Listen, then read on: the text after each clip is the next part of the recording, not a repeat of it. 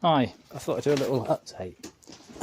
I got my friend round the other day, and you'll probably see on another video that I might put on later. But excuse me, I don't know why I always burp when I start doing this. Anyway, we boxed in the walls. I know this looks like lots of bits of ply and all different sorts to box in the walls, and it is. It's all I had, so I've done what I can with what I've got. Anyway, so that's why there's 1, 2, 3, 4, 5. There's like 6 pieces on that back wall, and then a little piece as well. And as you can see, it's all different bits. There's the fire-resistant board around the wood burner, and the floor's made of blocks. And in here, I've raised the floor up and put it on pallets so that I can sit with just a little bit off the ground. So yeah, I've got like a pallet base underneath. I've taken the canvas wall down for now because I've boarded it all out. I thought that the whole thing would be warmer, especially when I shut the doors. The aquaponics system is still here, and I'm hoping to get a couple more batteries to put onto the solar system. I've got little bubblers in here which are actually running off the solar panels over there next to the solar fans. Still enjoying them. I've still got some fish in here, in both ponds, in this one here as well. The bubbler's not working on this one, and there's a little fountain over there, and it's winter time, so I'm still busy doing it, but I've been busy doing the shed because you've got to kind of focus on one thing or another. My lime and my orange tree and all the different things that are in the double cloche thing are still in there. It's very drippy when you go in there, but it is a bit warmer because of the cloche that I put around it. It does look a bit of a mess in here, but as I say, it's winter time, so I'm just going to go with that. Strawberries are still there. There's a strawberry on there. Mice are eating them quite well. I need to get the system going and flowing to heat the water up to send it round. Also could do with some fish in the system, and then it'll all work. I'm hoping that this is going to go on to this little wood burner going and my fans going and all that. I'm hoping that I'm going to do a YouTube channel, and I'd like you to all come and join me on the YouTube channel if you can. And if you like the videos, it's pretty much going to be like it is on Facebook. But I just thought it would show a wider range of people what I'm doing here. I'm not really making, well, I look like I'm making a mess, but it's actually going to be something at the end of the day. I'll just show you a couple of things. I've got gutters on the outside of the polytunnel, run around the back that cuts through the polytunnel now. All the ponds are filled.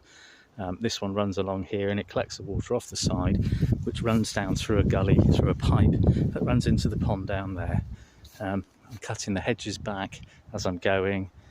This will be next year's firewood, and I want to go to, as you can see, probably 1.5 foot above that metal fence and above my pallet fence. One, because I'll have a nice view across the valley, and 2, it'll stop all the cars shredding the fence. It'll make the hedge thicken up, so it'll be a proper hedge again. I thought I'd bring you out here, but I haven't got my coat on now, it's not so bad. His sou'west stick, God, he's shredded, look, his beard's shredded, and his shades are falling off. I just thought I'd bring you out and show you a couple of things. He's still got his wind chime. I've got a few raspberries and then some sage and different things, rosemary and kale, and the rest of it is weeds out here, which is kind of alright, I guess, because I wanted a foresty type garden. You'll see there's loads of bits of wood knocking around, just lying on the floor, along with this corrugated iron. One, it was to stop it from blowing around, because it just kept blowing around all over the place. And the other reason is that it attracts wildlife. So let's have a look. There we go. Underneath here, it's just runs, and these are all, I should think, vole runs, or it might be a mole again. There's a vole under there in the summer. There might be some pictures out later of the vole in his nest or her nest. Nothing under there. But yeah, I just keep a few bits lying on the floor for the wildlife, because it's quite nice to see them, you know. In the summer there was loads of, just nothing under there, just holes. There's loads of slow worms and things. I'll just take you for a very quick wander around. This is, what's it called?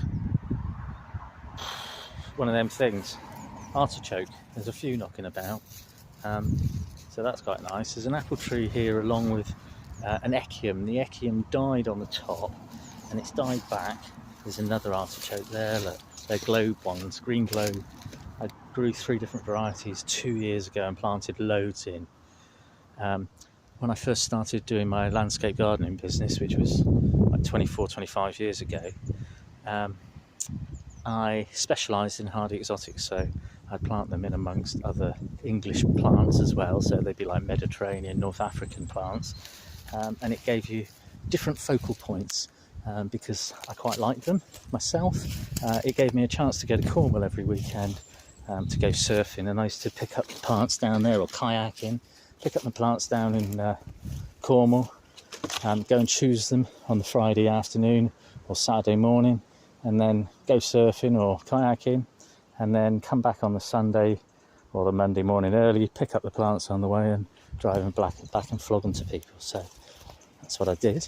I just thought I'd add that. Down through here, I did have chickens and they did clear the ground of all the weeds and all the brambles. I've got to clear it all out again. And I've got Huglelkulturs down through here. There's lots of pallets knocking around, lots of piles of pallets. Some of them are going to be burnt. Some of them were my fence over there, which has fallen through the hedge. So I might push that back further or put a different fence up.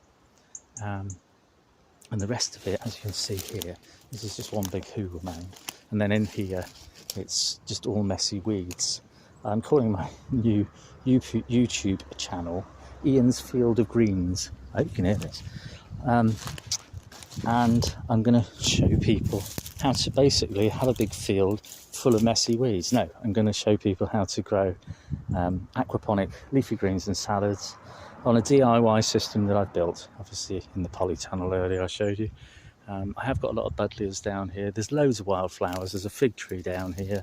There's all sorts of things, lots of brambles. As I say, I'll clear through it and I'm going to make it into something nice down here. There's lots of different plants. This is the hugel mound again. It's basically, if you're a gardener and you have a lot of garden waste, if you put it in a big pile, it'll rot down over time. And it's got leaves and grass cuttings and things like that. And what I'll do is I'll rake it all up, and the bits that I can't see breaking down too well, I'm going to burn. And then I'll cap it and I'll put some posts in either side, which will probably be made out of the branches from the hedge, which will raise the hugel mound up a little bit more. I'm going to leave some of these buddleias in, and again I've got a lot of echiums through the field, and I'll leave my fig tree, which is somewhere down through there, in, and I'm going to clear out a lot of everything else, and I'll build the hugel mound up, cap it with some soil or wood chip, and then next year it should be ready to plant. I did plant in it last year and the year before, and it was all right. It produced a bit, pumpkins and squash. When you're a gardener, again, you have lots of weeds and things, and I must dig this out or burn it, because this is Montbretia. And Montbretia, well, it's quite nice. It's everywhere. When you look out and you go for a wander in the woods, you'll find it up there, and I don't know how it gets there. People are daft and they plant things up there, or they planted it when they had a house up there, don't know. But it's kind of an invasive species, so it's good to get rid of these things. As I say, I just thought I'd take you for a little wander around. And perhaps if you could go on YouTube, you could have a look at it and say if you like it, and if you do like it, give us a thumbs up. Can't believe I'm doing this. I watch YouTube all the time and see other people do it, so give us a thumbs up, perhaps subscribe, and ring the bell icon for whatever it is that it does with the bell icon, which is somewhere, I don't know whether I'm pointing in the right direction. Nearly finished this, I guess. That's my powerhouse, has solar panels on the roof, and it's to power the system. And as I say, I've got to tidy this up again. Maybe it should be called Ian's Field of Weeds and overgrown stuff, but no, Ian's Field of Greens. This is what it's going to be. Nice one. Hope everyone's well. Cheers.